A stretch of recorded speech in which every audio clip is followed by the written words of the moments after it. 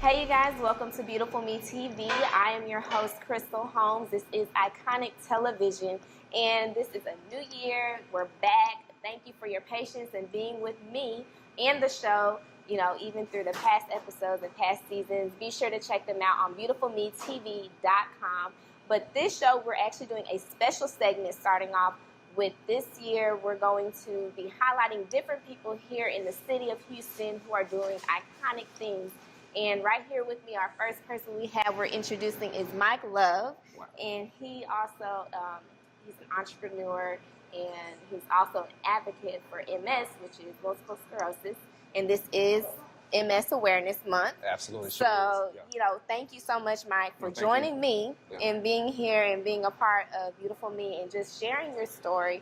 I really want you all to just hear the background behind where Mike has been, where he's going, and what he's doing right here in the city. It's amazing. So, Mike, just tell us from your perspective, because people do know about MS, multiple sclerosis, but, there's the medical perspective, but, can you just kind of share with our viewers just what is multiple sclerosis? So, multiple sclerosis is an autoimmune disease, to where basically it's your body fighting against itself in the situation. And I'll tell you medical side. Right. So I give you background from my history. So I'm a pharmaceutical rep also. So it kind of benefits me to know the anatomy and physiology of the whole disease and also your body to see how it works. So basically your white blood cells, which tend to help you, actually turns around and actually fights against you.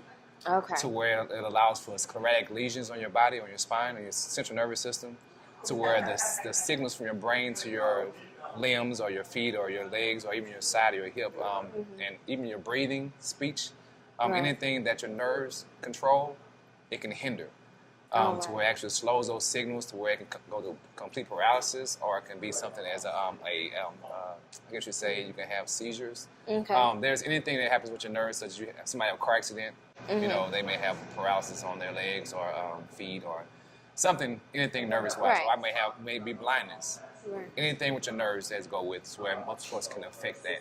But we don't know when and where it's going to happen, which is the scary part of it. Right. So, like for you personally, you've been battling with this as well. So, how long have you been going, through this, and when did this happen, or like how you found out? What are some signs, symptoms? I'm not sure, but I'll let you know. So it's been a while. So I was diagnosed in 1999. In the 1900s, I was diagnosed. But in saying that, I'll be 40 this year. Oh, so I was diagnosed when I was 20. So almost half my life I've had MS. MS has had me. I don't have it. It has me. Right. So I'm in the point of now controlling it myself. But when I first was diagnosed in 1999, I was attending Stephen F. Austin State University, SFA, Action Jacks. Absolutely. You remember Jack? Yes. Oh, I didn't know that. Oh, of course. Absolutely. Action Jacks. So I was going back to school it was between it was a winter break. Okay.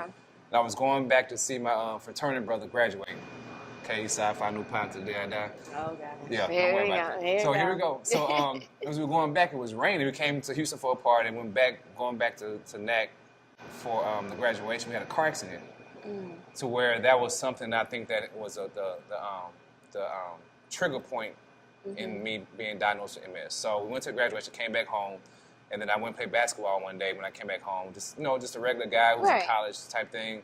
Came home, I didn't feel well. Like it was like I had a numbness from like my lower breast, I guess you say pectoral, down to my foot. And I was thinking like maybe the car accident may have caused this like a pinched nerve, or like I may have pulled a muscle from basketball. Right, something minor. Right, because I was active. I was a guy at school enjoying myself. It was my sophomore year in college, junior year in college, just having a good time. I was Mike Love at school. Who was that? That's Mike Love. Well, what's his last name? His last name is Love. So it's like everybody. They Mike knew. Love. Yeah, exactly.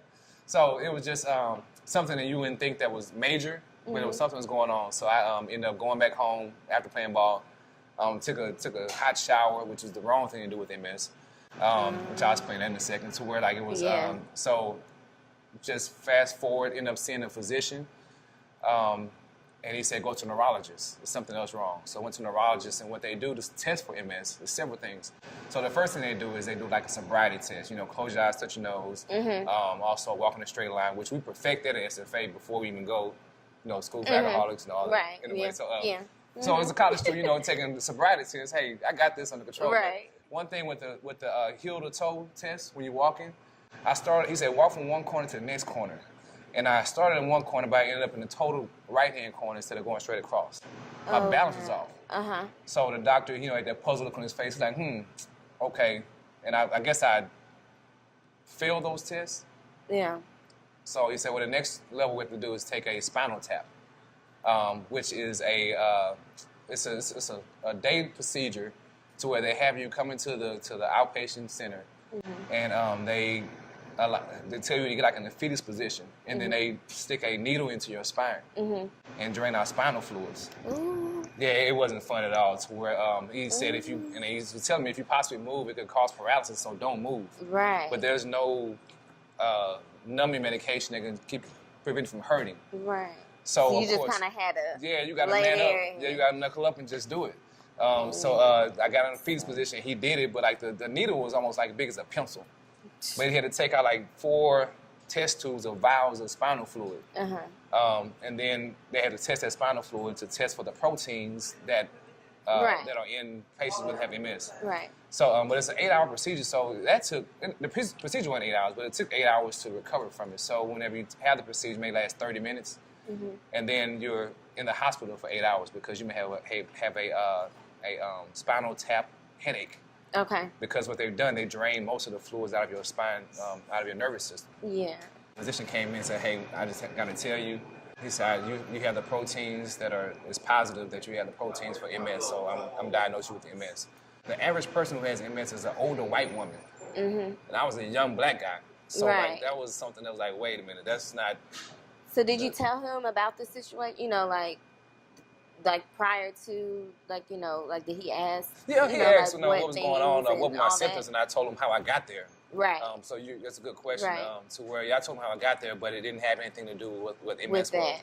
It's more hereditary, to tell you the truth. Yeah. So I went back to school. Well, let me back up. So before I went back to school, I was getting advised by different people, hey, don't go to school, just hang out. And that would have probably set me under or set me a step back if I was going back to school. You would have just stopped. Yeah, giving up. Right. Giving up, And that's not what we do. Nah, because, of course. And it's the so what factor, right? Exactly. So where like I have this, so what? So what are you going to do now? Right. That's why I even had this shirt on says so what. So shout out. Absolutely. So I know exactly what. So what I did was I went back to school and continued my life. To where it's just something that just I had to do it. I enjoy going to school. I enjoy being with my friends. So that was my life. So why would I change my life to just be at home and sit down and be recruited? So I ended up, got the medication, went back to school with a whole suitcase medication. They thought I was a drug dealer for real. It's like, man, what kind of dope you pushing now? Like, nah, man, this is for me. So, but it was a learning lesson within itself to figure out how to live with that situation, with this situation. And I say that because I don't claim it as much as I used to.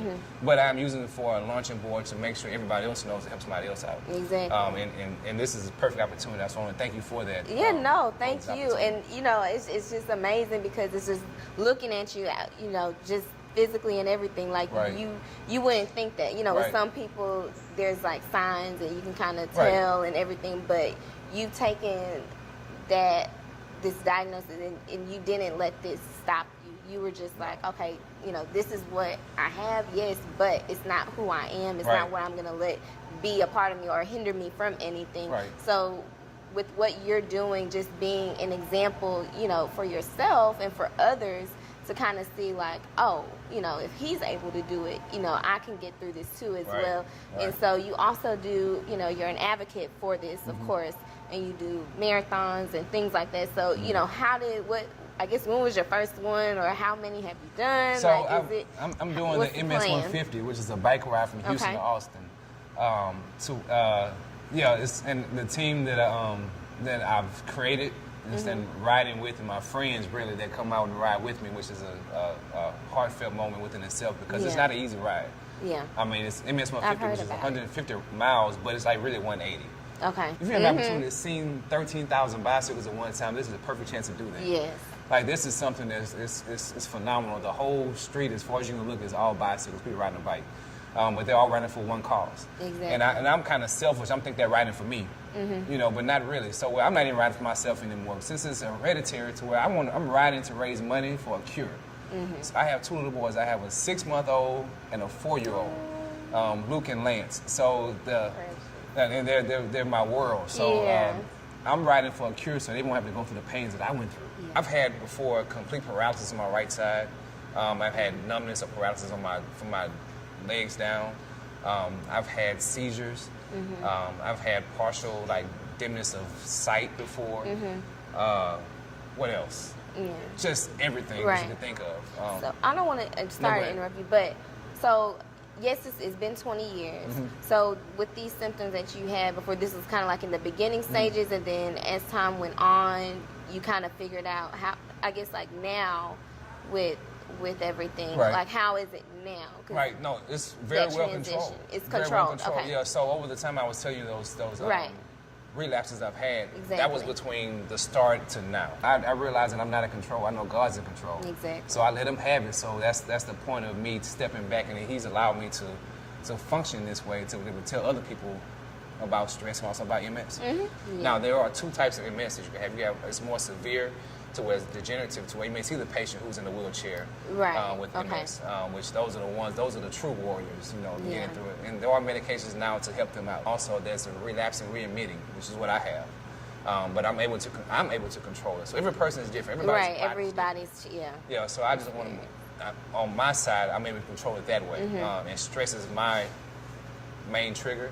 But I'm having a good time and enjoying it, and riding in the ride. And it's one thing for the riders to raise money for those medications to help people who have MS, who like the degenerative multiple sclerosis, to where they have now to where possibly regain that feeling in their legs. Or be able to lift their legs. Beautiful. Yeah, it's coming about to where technology and medication and the money that's being raised for these rides, which I need you all to donate for the ride. Raise money for the people to make sure they get the medication to get back to normal. And Absolutely. Just realizing just how grateful you are to have it. And it's now seeing that people support. What's the information that people can reach out to get with you, or just to be a part of the race and support in that avenue? Okay, you can go to the National MS Society website, and it has on there the Bike MS or the Bike MS. Okay. You can go on there, and then you can search for the BP MS 150. And then through there, you can look up my name if you want to donate to my cause, which if you do that, it will be matched dollar for dollar. So that's a good thing. Yes. Awesome. Or you can join a team. You can join our team.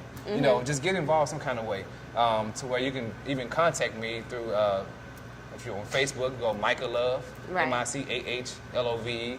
Or I have an Instagram page that says Micah Story, MICAHSTRY.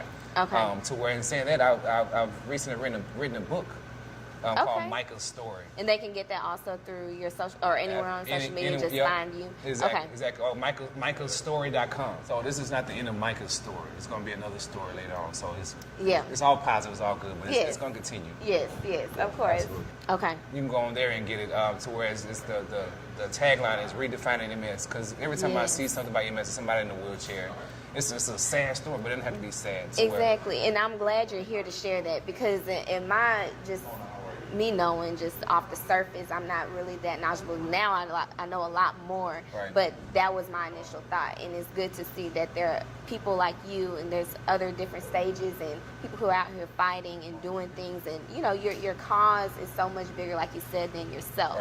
It's for your legacy and other people's legacies, the people after them. So any way that you all can support and be a part of Mike Love's story, definitely thank you again for just being a part of this sharing this. Thank you. And just be tuned. We will have more of Eyeconic features here on Beautiful Me, so stay tuned.